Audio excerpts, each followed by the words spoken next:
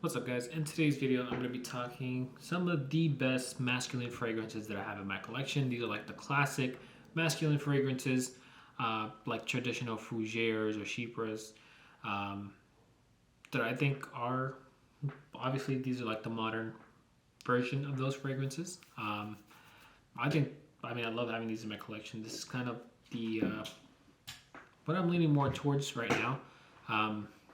Like I'm not really into gourmands and that kind of stuff. I'm kind of more into this kind of style of fragrances right now, as of right now. But yeah, let's go ahead and get started at the number. Well, you know what? We'll go ahead and do a honorable mention. The one that gave me the idea for this video is gonna be Drakkar Noir. So, honorable mention, just because it's the reason why I thought about the idea to make this video. I sprayed it on myself about maybe an hour ago, maybe 2 hours ago, and it's does not last that long, honestly. The deep dry down is pretty much non-existent. Kind of has like just a chemical kind of feel. But yeah, anyways, that's the honorable mention. So let me see how many I have. I got 8. So at the number 8 spot, hard pill to swallow for some. It's going to be Roja's Apex. This is going to be at the bottom of the list. I think every other fragrance in this video is better than Apex. But yeah, I mean, Apex is still a really good fragrance. It doesn't last that long, at least on me. I'm going to have to try it again, just because people on Fragrantica say it's super long lasting. Could that be true? Maybe. Could it also be that people are trying to justify how much they spend on this fragrance? Saying it's beast mode? Maybe.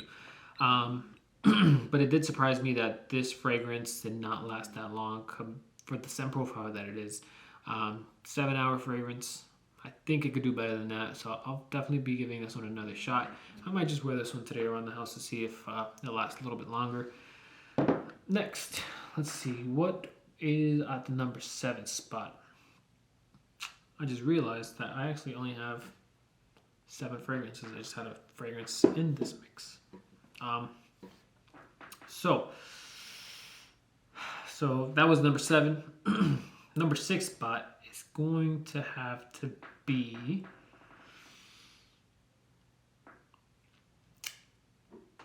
this is hard. Alright, so this is gonna hurt me. This is gonna hurt my feelings, but I'm looking at it from the viewer's perspective. This is gonna have to be Viking. Really great fragrance. In my opinion, is actually better than some of these. Might be actually better than everything in this video. But for what it is, I know a lot of people say they compare it to Old Spice. I don't think it smells like Old Spice, but that's just what the comparison is. I would say definitely get your nose on this. Somehow this is a very polarizing fragrance, or I don't really understand how. To each their own. People love to hate on Viking. Viking has been one of these fragrances that I've always loved. It was my second creed. I've had maybe 3 bottles now. This might be my 4th. No, I think this is my 3rd bottle of Viking. I still do have Viking cologne. I have not sold that one off. I am still giving it a shot. I have not worn it since I last wore it for the video, but I need to try it again. Anyways, Viking, way better than Viking cologne. In my opinion, it's way better than any of the fragrances in this video, but I'm going to put it at the number 6 spot just because people compare it to Old Spice. As a classic fragrance, people used to wear Old Spice back in the day. It is a classic barbershop fougère type of fragrance. Shaving cream, kind of, I don't know why it's like some clicking noise, but shaving cream kind of feel. I don't know, I love it. One fragrance that I hate that I got rid of is At the Barbershop by Replica, and then that fragrance ended up getting discontinued. I really enjoyed that fragrance. Unfortunate that I do not have it anymore. I wish I would have never sold that one off when I sold all my fragrances. But anyways, at the number 5 spot, I think I'm gonna have to go with Silver Mountain Water. So Silver Mountain Water to me is a very classy men's fresh type of fragrance. Why? It kind of is in the field of that metallic fresh fragrance. I'm not too sure when Silver Mountain Water was released, but so I'm not sure when it was released, but it kind of goes in the aspect of like CK1. My dad actually wears CK1 and recently found out that he doesn't really enjoy it. It's just my mom that really enjoys that one. And he's pretty much, that's been his signature scent forever. I'm not sure when it was released, but he's been wearing that just because my mom loves it. My fiance's best friend loves this scent. My fiance doesn't, but her best friend does. But yeah, I mean, it's one of those fragrances, classic masculine fragrances that I think you can't go wrong with having in your collection. It's definitely something that's different from, let's say, the barbershop fougères. I'm not even sure what it's considered, honestly, but it's, for me, it does fall in that kind of classic aspect for a masculine fragrance. All right. Next, let's see. This one's gonna hurt too, but I'm gonna go ahead and put Sauvage Elixir at the number 4 spot. The reason I'm gonna put Sauvage Elixir at the number 4 spot is because of how loud it projects. Some people, especially if you're going for like a classy type of event, you don't want to overtake the room. That's why I'm going to put Sauvage Elixir at the number 4 spot, just because of how strong it is.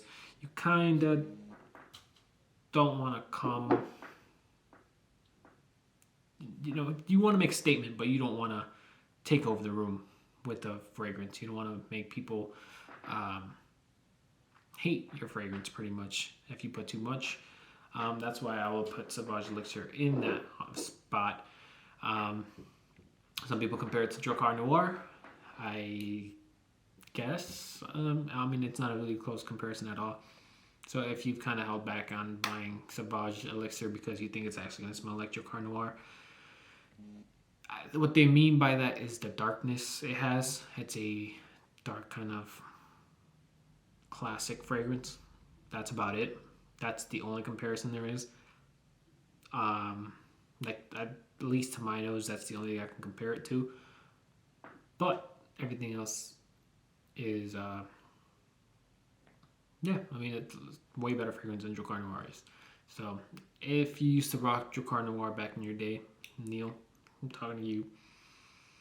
I promise you this is worth the pickup. I'm pretty sure, Neil, I'm pretty sure you already, you've tried this, But for everybody else that used to wear Drakkar Noir and has not gotten your nose on this for some reason, definitely get your nose on this. You're going to definitely be pleased with how perfumery and fragrances have come to develop.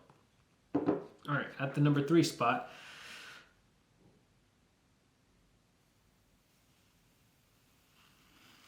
number 3 spot is going to have to be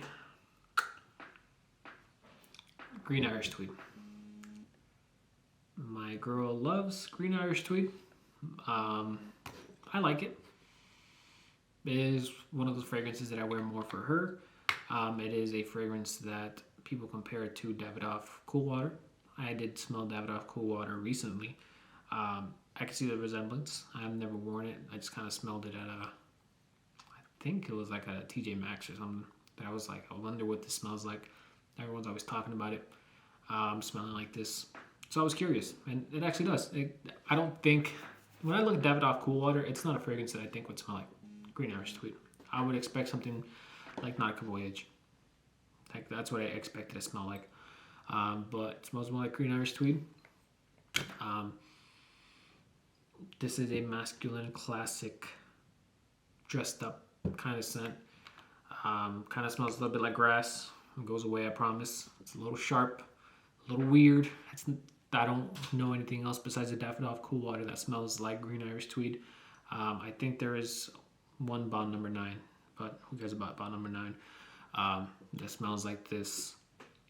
But besides that one, that was probably inspired by this fragrance. I have no idea. I'm not sure what else smells like it. Number 2 spot, it's going to be a recent pickup for me. It is a recent Tom Ford pickup for me. It's going to be Fougere d'Argent.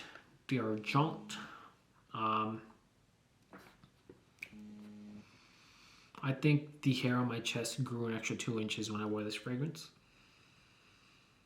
And that's all about it. I think that's all I'm going to say about this fragrance. It's a very masculine, old school fragrance. Yeah, I mean, it's really nice. I really think if you really want to be like a man's man kind of smell, this might have to be the one if you haven't tried it. I don't remember what I compared it to. I don't know if it has nutmeg, but kind of like a nutmeg leather. Tom Ford is just good at making classic masculine fragrances. And at the number 1 spot, when I think about a man fragrance out of all my collection, like this is probably what I would go with if I'm just trying to be like at the top of my game. You know, manly man type of scenario, manly man with money kind of scenario. And I'm going with Water Portugal by Creed. It's a Chypre, I think. It's like, it smells really manly with a lot of money.